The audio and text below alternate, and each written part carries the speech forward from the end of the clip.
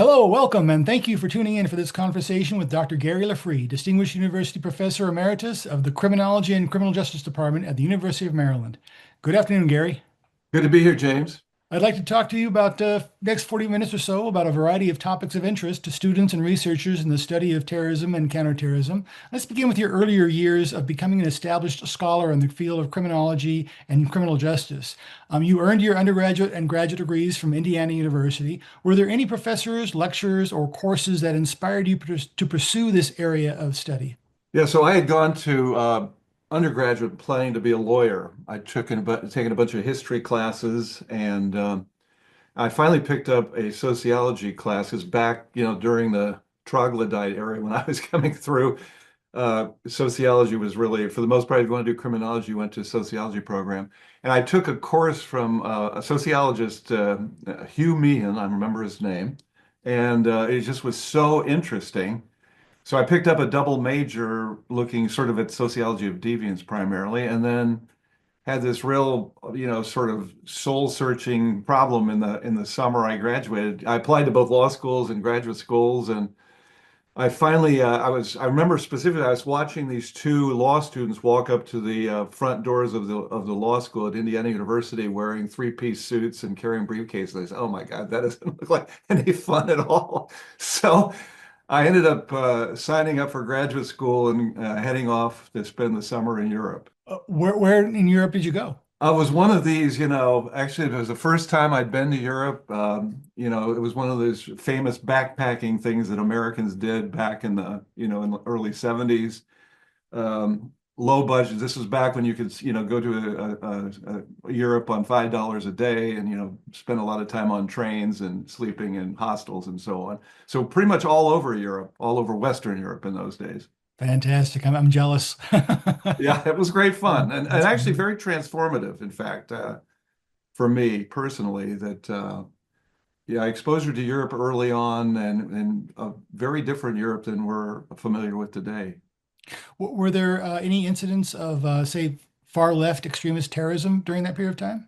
Not that I was paying attention to, although basically the time I spent in Portugal, I spent some time with students from the School of Economics, and they're the ones that sort of led the charge against the dictatorship there.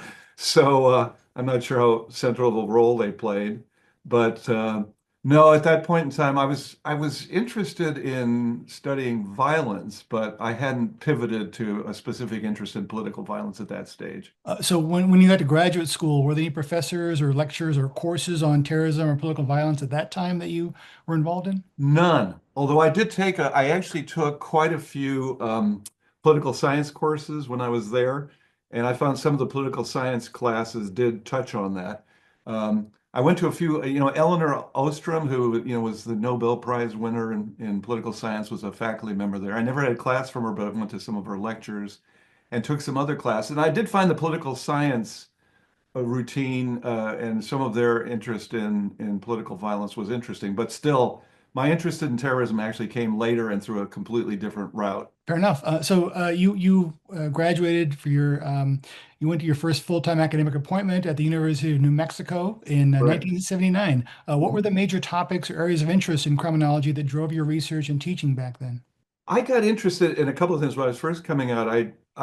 Partly a little bit of biographical information.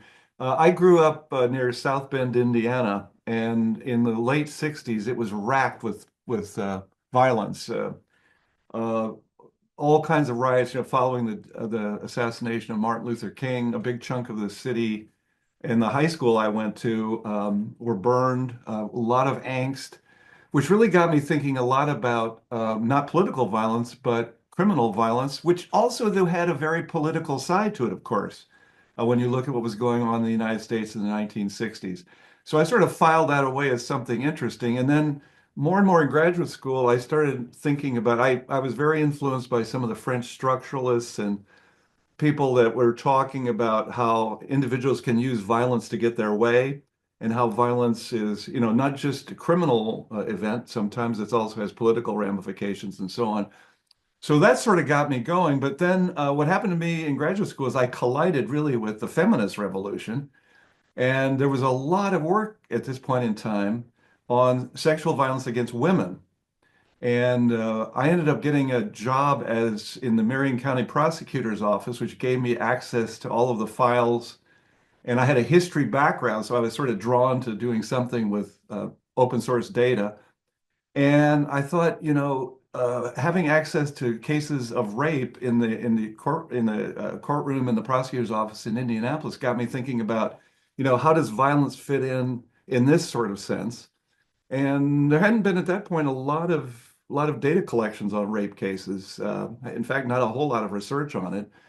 So for my dissertation, I ended up using the fact that I was in the prosecutor's office to collect about 1,000 cases of rape reported to police, and then I followed those cases until they dropped out at various stages of the system, all the way through imprisonment. So I had data on maybe 12 different steps, and I essentially used open source records to do that work. Yeah, that's fascinating. So a lot of important work. Although many readers of our journal, TPV, would recognize you now for your work in the field of terrorism studies, you've remained very active in the field of criminology. And in fact, you're one of the most prolific scholars bridging the fields of terrorism, criminology, and public policy. For those PhD students and new researchers now who might want to follow your example, what topics would you recommend they consider studying now at the intersections of those fields? So I think, and I guess just parenthetically, the thing that ties all of this together for me is actually more methodological than theoretical. Because I had this history background, I was always really interested in sort of the case studies that people leave behind. In fact, Indiana University was very much emphasized, it was very much of a survey related program. We were forced to do a master's degree using survey data, and I sort of always rebelled against that. Because I always I trust people more like in an archival sense, like in the sense that I find it interesting what people leave behind because you don't have to worry about them lying about it or presenting themselves in a favorable light. So pretty much everything I've done from the get-go has been based on archives. So, archival data on sexual violence, on robbery, on homicide, and eventually on terrorism. So I guess in terms of a message to graduate students, I mean, we are at, in a way, it's the best of times, worst of times, because we have all sorts of problems now, that's for sure. But in terms of data, there's never been a better time because everybody's now leaving data in all sorts of forms, in archival and all kinds of other sorts of formats. So I think it's a very rich time to be able to pick up and try to understand what's going on in terms of human events based on archival data. That kind of leads into my next question about data, because one of your most famous, I guess, claims to fame rather, has been the development of the Global Terrorism Database, which you and your team launched over 2 decades ago. It's become the most widely known and accessed source of data on terrorism incidents worldwide. Could you start just giving us a brief overview of how this came to be? Yeah, very much. So I moved from the University of New Mexico to Maryland University of Maryland in 2000. And I started one of my jobs there was a part-time work with an institute called the Democracy Collaborative. And I was searching for research projects and we were trying to build out this institute and get funding for it. And one of my graduate students who had a military background told me about this data set that was being uh, collected by the Pinkerton Global Intelligence Service. They're a relative of the famous Scottish detective agency that used to run stagecoaches in the American West, and now they do intelligence work. And they're located right outside of Washington. So I take the train out to visit their offices and totally by accident learned that they were getting rid of this data set they'd been collecting since 1970. And I got into it, I realized that there was this whole kind of cottage industry that started out after satellite technology became available so that you could hear of an incident that happened in Israel or Palestine or anywhere else in the world in real time. And so a few of these companies started hiring usually ex-Air Force intelligence officers to leave the government and start doing for the private sector what they'd been doing for the government, which is looking into news stories and classifying them as whether they were terrorist or not. And in those days, they used to use wire services primarily. So anyway, I think, Pinkerton, I don't think they made a lot of money on this deal, probably, or they wouldn't have shed the business. But it was kind of an add-on if you were selling people other kinds of services, I think. But they decided that it just wasn't worth keeping up. And I said to the agency, I said, geez, I think people would really be interested in this. And I'm thinking to myself, if you look at these data, they look exactly like crime data, basically. You essentially have a bunch of characteristics on one axis and cases on the other. So anyway, and to my surprise, they agreed. So I got a couple of colleagues. We took our vans out to pick up the data and haul them back to the University of Maryland. And then, not too many months later, 9/11 happened. And so suddenly we were sitting on the most extensive data set on terrorism that I think anybody on the planet had. Although it was rapidly becoming dated. They stopped collecting data originally in 1997, and by then it's already 2001. So that was sort of how this whole thing kicked off. And I sort of, in a way, naively thought, well, I've been doing all this stuff on international homicide. What's so different about, studying terrorism instead? I mean, it's also violence. It's also illegal. It looks very much like crime in general. So that's how the GTD was initially born. And then how did it Indeed. expand to what it's become today? Well, so interestingly, after 9/11, the first thing on the government's mind was not social science, obviously. I mean, they're standing up this huge new bureaucracy, et cetera, et cetera. So I'm looking desperately to get some money to code this stuff. This is literally in shoe boxes, essentially, that we had. And there weren't that many options. The Justice Department, NIJ, eventually gave me a couple $100,000, which wasn't even enough to make a good start. And in fact, serendipitously, it got us thinking about using students to help with the coding because they could bring their own computers. So for a couple $100,000, we were really able to get the work started on coding the data to turn it into a data set that could be analyzed by others. In the meantime, Homeland Security got set up, and before too long, they came up with this idea of setting up essentially centers of excellence to look at various aspects of terrorism. And the fourth of these centers focused on the social sciences. So I already had this big data set I was interested in funding. If I could have gotten money just to fund it, I probably would have done that. Instead, it was a much more grandiose, a much broader prospect, which the original grant was for $12 million, which back in that period was certainly for social scientists was a lot of money. But I knew that I needed a lot of help with this because I was a criminologist with limited experience in terrorism. So I started reaching out to people like Martha Crenshaw and Clark McCauley and Ari Kruglansky and John Wilkenfeld, Gary Ackerman eventually. So we put together a whole team of researchers, went after the grant, and we got it basically. And that really then started to fund the GTD for the next 20 some years. That's fantastic. Is there anything, I mean, you've seen, I'm sure, hundreds and hundreds of articles and reports and even, books and book chapters that have referenced the GTD in a wide variety of ways.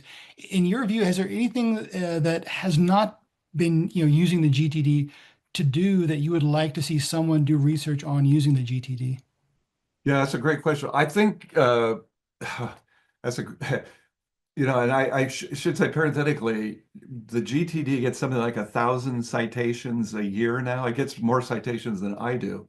Um, and it's, it is used pretty much around the world.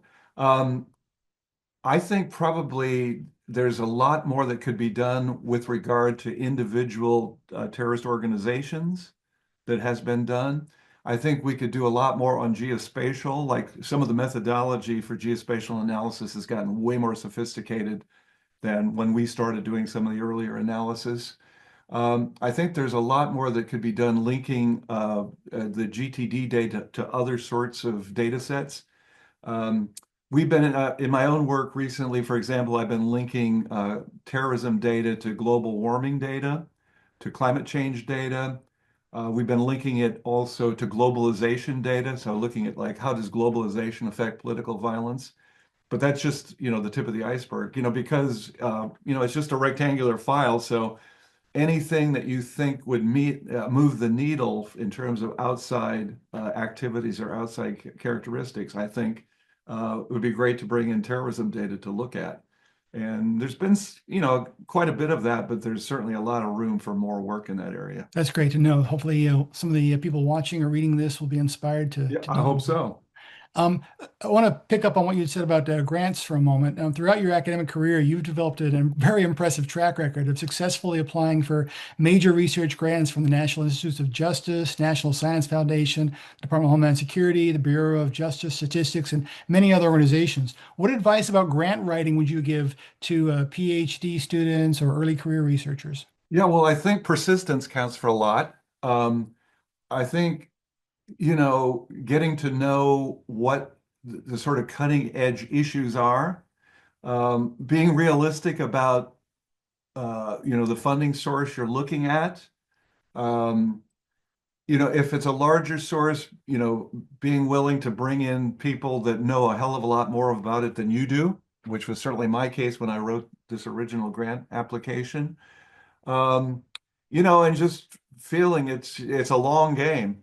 And particularly if you're dealing with with private foundations, I think especially, but even some of the government agencies, getting your foot in the door with maybe a smaller grant than you are looking for gives you some credibility the next time you go back to that agency. So I think, unfortunately, in a sense, like everything else, the more of a track record you have, the bigger advantage you have in getting additional funding in the future. Yeah, that makes sense.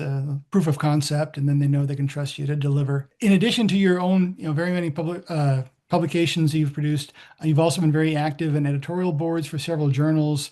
Too many to list here: International Criminology, Criminal Justice Security, Dynamics of Asymmetric Conflict, and so forth. But from what you've seen over your career, what have been some of the most significant developments in the field of terrorism studies overall? And what advice would you give to PhD students and new researchers about getting their work published in scholarly journals today? Well, certainly things have changed a great deal.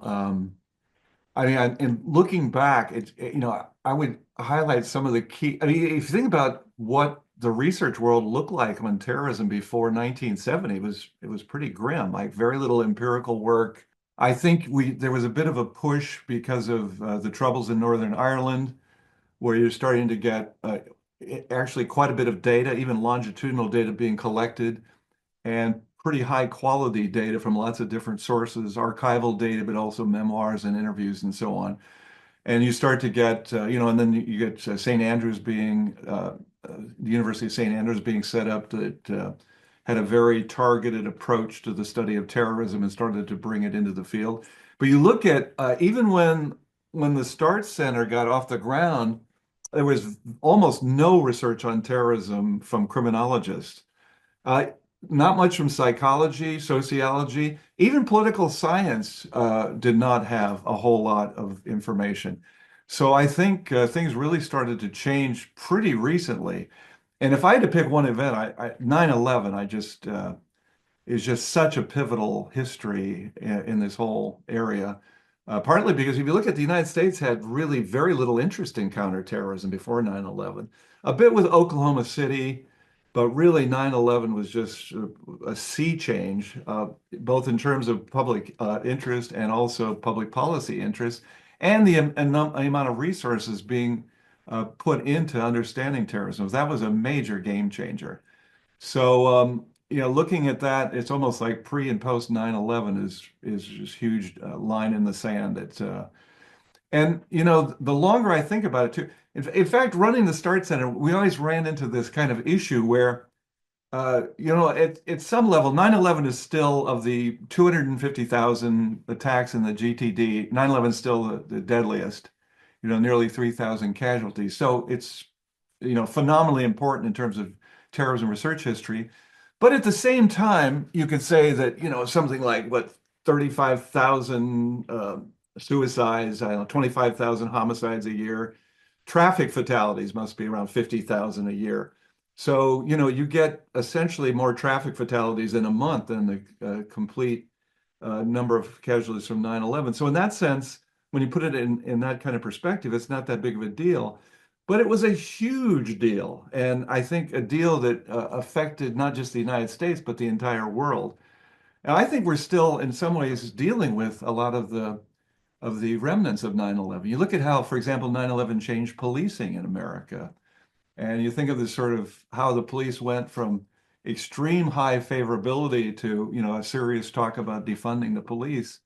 And I think part of that is connected to to asking the police pivot to not just being interested in ordinary crime, but also in terrorism. So I think 9/11 is just a critical juncture. Yeah, that's a great point. Not many terrorist attacks in history have had that kind of generational impact No, across so many different dimensions. no. So one party wants to say, well, in fact, Martha Crenshaw in the counterterrorism book we wrote, we tried to emphasize like, don't blow this out of proportion. One of the real problems is overreacting to terrorist attacks. But on the other hand, it is true that it has had an outsized impact on human history. And if you want to project it further, I mean, you probably think, probably know Iraq, Afghanistan, ISIS, the knock-on effects of 9/11 have just been phenomenal. Yep, changed the course of history for many. Hmm. Um, I want to talk a little bit about some of the other work you've been doing. You've been very actively engaged in bridging the worlds of academe, policy, and practice, especially through your presentations to congressional committees, the Pentagon, Los Alamos National Laboratory here in the US, as well as keynote addresses around the world, prestigious universities, government agencies like the Ministry of Defense in Austria, the Ministry of Justice in Finland. What have been some of the most challenging aspects of giving policy advice about terrorism and counterterrorism, especially when it may be something that certain politicians or agency leaders may not want to hear? Yeah, that's a great question. I mean, I've always been interested in trying to make what we do in the ivory tower available to policymakers. It seems like that's almost like a kind of almost should be an ethical commitment for us if we have something to put out there. So I know the Start Center, for that reason, we made everything we did has been publicly accessible. We didn't classify anything behind a paywall. We made everything available. Yeah, I think it is difficult to give bad news. And then also, I think one of the things probably you really feel when you get into this area is it's good to have a real sense of humility too. Because after all, we aren't doing experiments for the most part. We generally are giving correlations and we have some fancy statistical methods, but we have to remember that at the end of the day, there are definite limitations of what we can do. And frankly, looking back over the last 25 years on the terrorism stuff, in some ways, I feel like the biggest contributions we've made have actually been descriptive. Like policymakers want to know, is terrorism going up or is it going down? Is there more right wing? Is there more left wing? Is it more violent? What kind of weapons are being used? And I think that's something that I think we really can do. And I guess this probably goes back to the historian in me, but in some ways, like I remember when we first were able to get the GTD mapped and we were able to show terrorism trends from 1970 to 1997 for the first time. I felt like maybe the folks, when they were watching the Mars rover, roaming around at NASA, I sort of felt like that kind of excitement that nobody'd been able to do that before. And it's just descriptive stuff, but I think in some ways that's one of our biggest contributions to policy.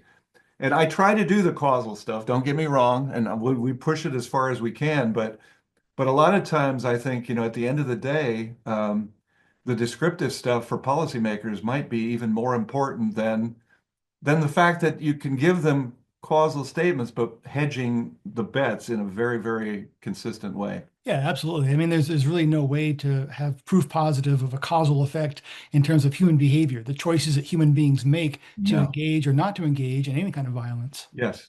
And I think though probably, at the same time being honest with policymakers about those limitations is also one of our duties. That we don't want to oversell what we can help with. That sounds like a teaching moment.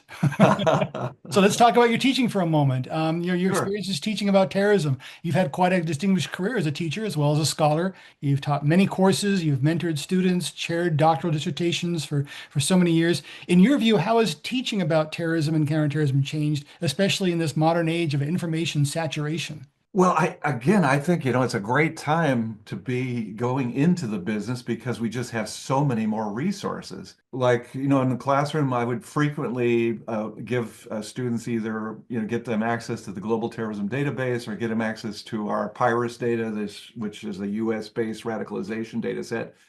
And they could do hands-on and, explore the same kind of data that, that policymakers and researchers and others have access to. So it's quite exciting that they can get in there and muck about in a way that, wouldn't have been possible, say, back in the 1970s or 1980s, and with tools that are just so much more sophisticated. I'm just struck by how again, it's like the best of times, worst of times. There's all kinds of problems, but on the other hand, like I did a book on homicides back right before this stuff on terrorism started. And I remember sitting in the World Health Organization library in Geneva for 2 weeks, photocopying homicide statistics that had to then be punched into a machine. And now, you punch a button. Here today in my office, I could get access to all of this stuff instantaneously. So it's a quite exciting time to be in the business, and I think that probably comes into teaching as well. That I feel very energized in terms of teaching because we just have so many interesting things to talk about these days. At the same time, do you find yourself sometimes having to help students unlearn what they think they know about terrorism based on, the cable news TV station they may have watched or the social media feeds that they're watching? Yeah, absolutely true. In fact, I think in a variety of ways, I think I have done several articles and other people have done articles using some of the terrorism data to sort of debunk a number of myths that we have about it. Yeah, Martha and I, for example, we did a project a while ago, and everybody looks at are especially enamored with looking at transnational terrorism. And in fact, nobody had any data for many years to sort of look at, is there more transnational than domestic? How's it going over time? And when we had the data to look at it, somewhat to our surprise, we find transnational attacks are probably something like 20% of the total, maybe even 10%. Moreover, they've been declining over time, which I think is not what, is sort of common wisdom. So, yeah, I mean, that's, I guess, the best it gets in either research or teaching when you've got data that, directly contradict a very cherished idea about the field and how it operates. So, yeah, I think that's exciting. And I mean, hopefully that's what good data should do. Yeah, absolutely. And then, when you're teaching about that, it makes conceptual sense when you impress upon students the fact that the idea of getting on a plane or a train or a boat to go to some other country to cause a terrorist attack, that's a real sort of rare minority when the Yes. majority of terrorism around the world is always kind of fueled by domestic, local national grievances. They're carried out by citizens of the country for reasons that have solely to do with that country against targets in that country. And Yes. they start thinking about this sort of Yeah. like America is not the sort of the epicenter Yes. of terrorism, right? All the Yeah. Yeah, it's funny because when I was doing this, I thought of this analogy in criminology that, if you study drunk drivers, if you get tough on drunk driving, the most common person to die in a drunk driving accident is the drunk. So tough drunk driving laws, the first thing they do is protect drunks. And it's kind of similar in terrorism. Like if we really get tough on counterterrorism, you're pretty much saving people's lives in Pakistan and Afghanistan, not in the United States, basically. As most of these groups, even groups that set out to attack the United States, mostly end up attacking their own citizens in their home countries. So you have this sort of bizarre analogy with criminology. Yeah, absolutely. Um, I was going to follow up with a question about teaching. In terms of advice you would give to the next generation of academics who will be developing and teaching their own courses on terrorism and counterterrorism, it sounds like you'd recommend that they use data, Pyrus and GTD, for example, in their courses. But any other advice you would give them in terms of developing new courses? Yeah, so I guess I would really recommend that they try to encourage hands-on treatment as much as possible among their students. I know even my undergraduates, I would always have them do projects that, didn't just have me blabbing up, during the whole time, but would actually get them to engage directly. It just seems like that's just a fundamentally better way to instruct people when you're I used to, in fact, frequently use these gaming things, where we set up a game exercise, essentially like red teaming. And I think those sorts of classroom things can actually be very effective as well in terms of getting students engaged and getting them actually to think about it. And fortunately, one of the benefits we have in studying political violence is, people find it interesting, fascinating, and So I don't think it's hard to get a lot of interest in the topic among your students. I think those classes usually oversubscribe, in fact. Yeah, that's been the common pattern, at least at the universities Yep. I've taught at. I want to switch gears a little bit because not too many people I've interviewed so far in this series have been uh, academic leaders, and you've served as chair of the department of the University of Maryland, and before that, the University of New Mexico. What lessons in academic leadership would you share to junior faculty who might want to take on that kind of role in their future? Well, first, I'd encourage you to think about doing it. It's really rewarding, particularly if you have some resources. It's harder when COVID is going on or they're lean financial times. But you can have such an impact on particularly hiring decisions and particularly on encouraging scholars to develop to their full capacity. So I think a lot of people sort of do not put that in their list, but I'd highly recommend it as a sort of career option. And it's quite enjoyable. It's also, I think, quite enjoyable to get a fuller idea of the institution that you're a part of. I think even at the department chair level, you have much more interaction with the rest of the bureaucracy. So yeah, don't get me wrong, it can be a very frustrating experience from time to time. But I would definitely encourage people to think about doing it during their career at some point. Fair enough. Fair enough. Yeah, pros and cons, I'm sure. Yeah, Well, Gary, we've almost reached the end of our time together already, but just a couple more questions if you don't mind. sure. What do you think will be some of the most important research topics over the next 5 to 10 years in the study of terrorism and counterterrorism? In particular, any topics graduate students and readers of our journal should consider pursuing? Well, anything having to do with social media, online presence, now artificial intelligence obviously bubbles to the top. I think we are in the process, for better or worse, of either not globalizing as fast as we used to or even deglobalizing. I think there are a lot of issues about that if this continues along. The whole rise of right-wing extremism, I think, has become, a growing issue. Um, I think climate change and global warming issues, I think, are going to be, an important issue. And I think there's pretty good evidence that they can have knock-on effects on different types of political violence.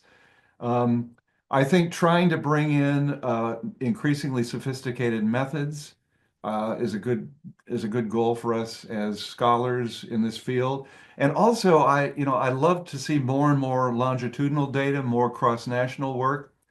But at the same time, also, I think we shouldn't lose sight of the importance of case studies.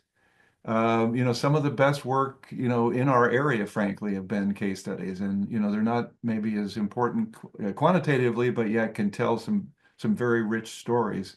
Um, yeah, so I think there's, certainly no lack of important new issues on the horizon we're studying. Great. And as you said earlier, the idea of bridging the fields of criminology, criminal justice, terrorism studies, and also public policy, finding some ways to address the intersections of those things. I think you Yes, mentioned that earlier. absolutely. Finally, is there anything that you'd like to mention that we haven't already discussed? It's funny. I was just in London and I got a chance to visit Bletchley Park, where all of the intelligence operations for World War II were conducted. It's where they broke the code that, Alan Turing was famously one of the scientists there. And what I found really interesting about the tour is that essentially they just hired a bunch of people from Oxford and Cambridge. They were like in their 20s and 30s, a lot of women. There were way more women than men, and sort of cut them loose. It was a very unbureaucratic organization. And yet they came up with some incredible work. And I guess thinking back to start and what a great experience it was, we really tried to keep it as unbureaucratic as possible, as close to a flat organization.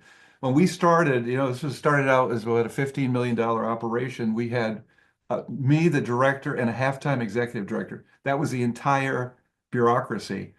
And I feel very proud of the fact that we had a ton of people that people listening to this broadcast will appreciate coming through there. Like Audrey Cronin was through there, Seamus Hughes, Peter Simi, Mia Bloom, Gary Ackerman, John Horgan. We funded Clark McCauley, R.A. Perliger, Bill Braniff, Mike Jensen, Aaron Miller. I mean, it was just a great experience to see all these people coming through there.